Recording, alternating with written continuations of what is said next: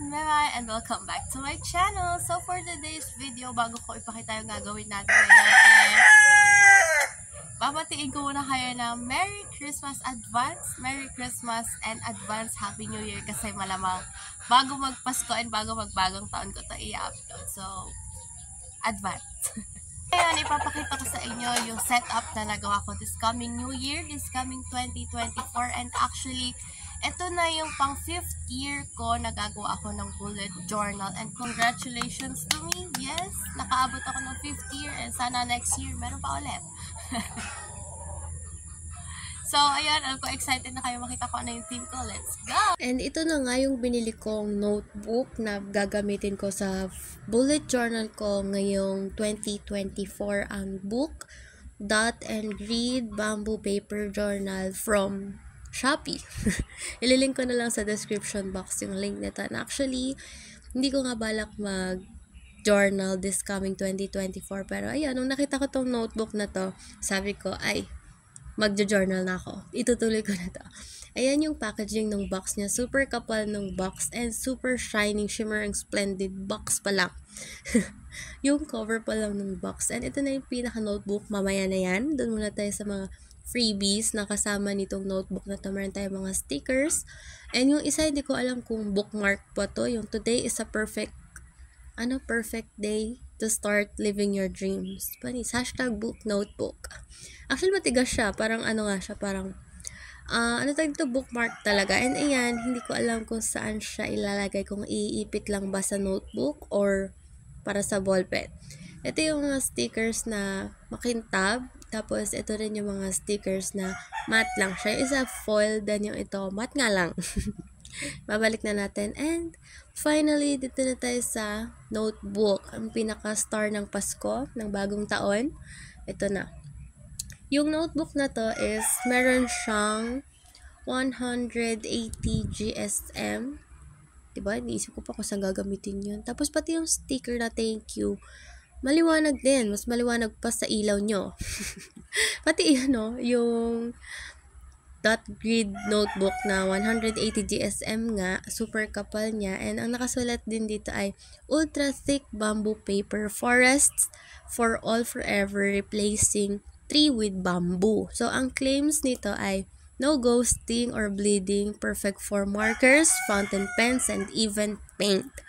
Actually, spoiler, ayan, mamaya na yun, sasabihin ko. And ito na yung pinaka-notebook natin. Yung kinuha kong design is butterfly na may mga moon, na may mga star.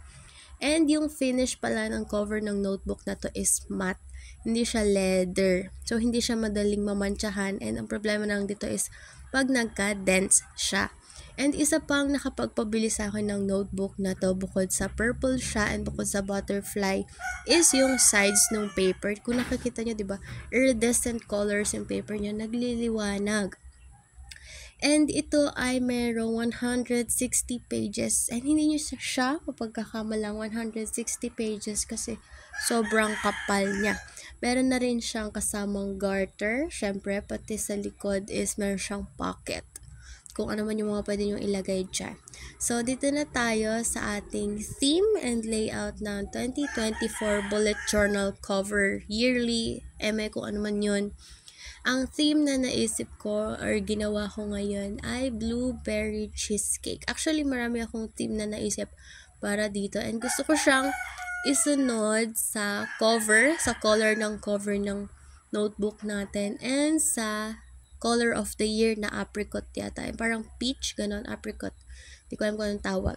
Pero, hindi ko siya na-incorporate ng maayos. Kaya, ang ginamit ko na lang is yung meron ako. Kasi, kung naalala nyo, last video ko is meron akong binili na 60 piraso na alcohol markers. Ang kaso, yung mga alcohol markers na yon ay nagbe-bleed siya dito sa paper na to. Tinry ko na siya bago ko siya gamitin sa pinaka-design ko kasi ayoko namang baka mamaya mag-ghost. Sayang naman. So, after ko itry yun, sabi ko, hindi na lang yun yung gagamitin ko kasi nagbe-bleed nga siya. And so far, sa mga water-based markers natin, katulad ng Tombow and yung 100 double-headed brush pen, ay hindi siya nag-bleed. Kahit ilang patong pa ang gamitin mo, patong, hindi. Kahit i-blend mo pa silang lahat, hindi siya magbi-bleed. Hindi siya mag-ghost katulad ng ginawa sa'yo. Charis! Ayun na nga, after ng blueberry cheesecake natin para sa 2024, kasi nga celebration, bagong taon, ganyan. Ang next naman is ang ating quote page na kesera-sera, whatever will be. Kung ano man yun, yun. Mangyayari yun kasi gusto ko. Charis, hindi, joke lang. Tapos, para sa dagdag accent design, sa dagdag accent design, naglagay lang din ako ng mga star kasi nga bagong taon, maliwanag. Tapos dito naman sa quote pages, naglagay ako ng blueberry, din ako naglagay ng cake pa kasi may cake na sa kabila. Maglalagay pa ba ako ng cake sa kabila? Hindi na. Yung pinaka quote page na lang, parang yun yung focus. Yung focus nga kasi diba? Sige, ikaw na magsalita. Yun.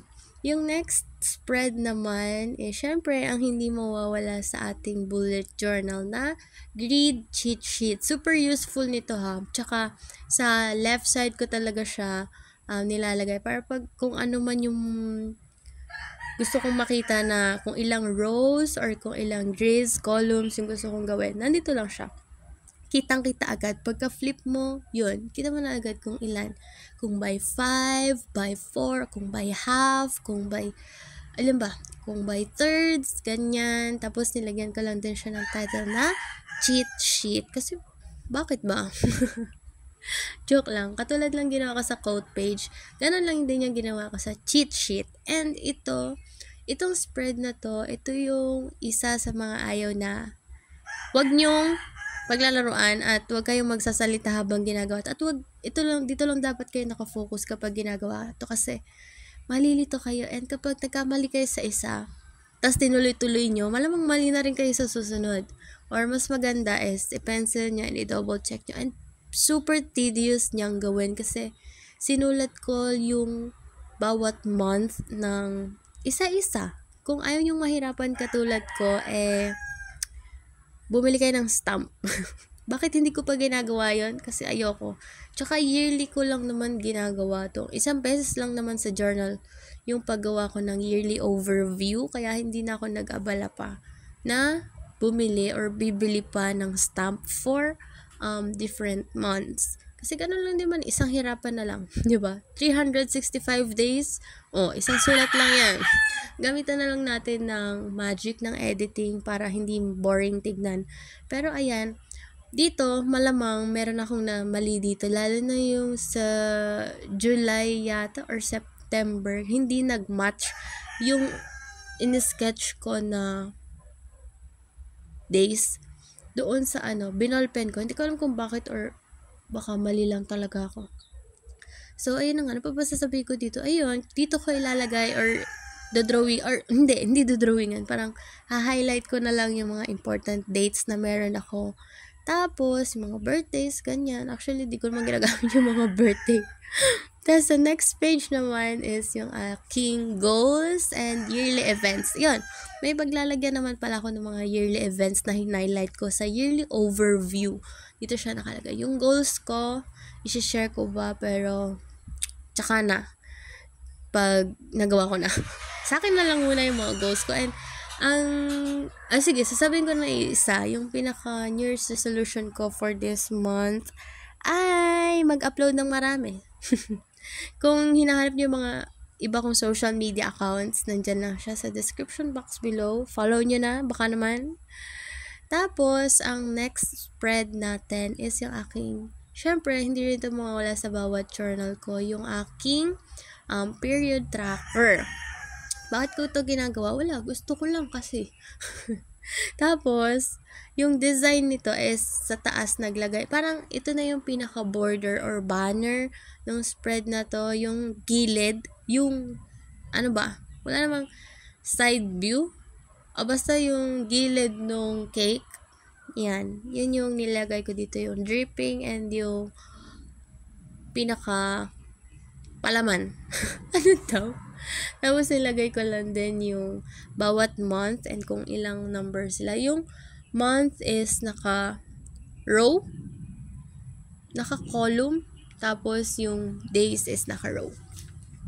Ayun, dito, ginustify ko lang yung i-justify ko lang yung hindi ko paggamit ng ruler.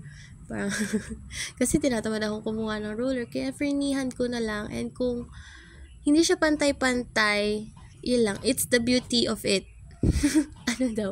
Basta yun na. Kunwari na lang siya, picnic picnic mat, ganon. Kasi ganon naman yung magiging itsura niya. Pero hindi lahat may kulay. Depende lang kung ilang days yung inabot nung period ko that month. Yan, actually, ito na yung last spread ng ating 2024 yearly. Basta yun.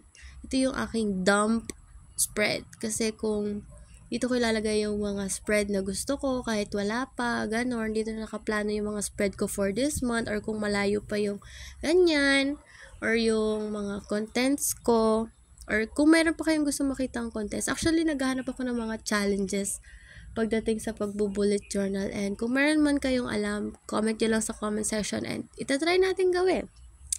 Dito, naglagay lang din ako ng cheesecake, blueberry cheesecake sa corner para naman hindi empty yung space, and malalamanan din yan. Sana, hopefully, pinagdadasal ko na sana maging masipag ako sa pag-film and paggawa ng content this year. Actually, laging yun ang pangarap ko. And bago ko tapusin yung video na to, kung meron pa kayong content na gusto kong makita, like hauls, reviews, gusto nyo i-review, yung mga art materials na meron dyan na pwede kong i-review, and yung mga challenges na pwede sa bullet journal, or mga art challenges para naman sipagin ako mag-upload. Sana! And if you enjoyed this video, don't forget to leave a like, comment, and subscribe. Baka naman 2024 na. Chari. Ayun lang. Bye-bye!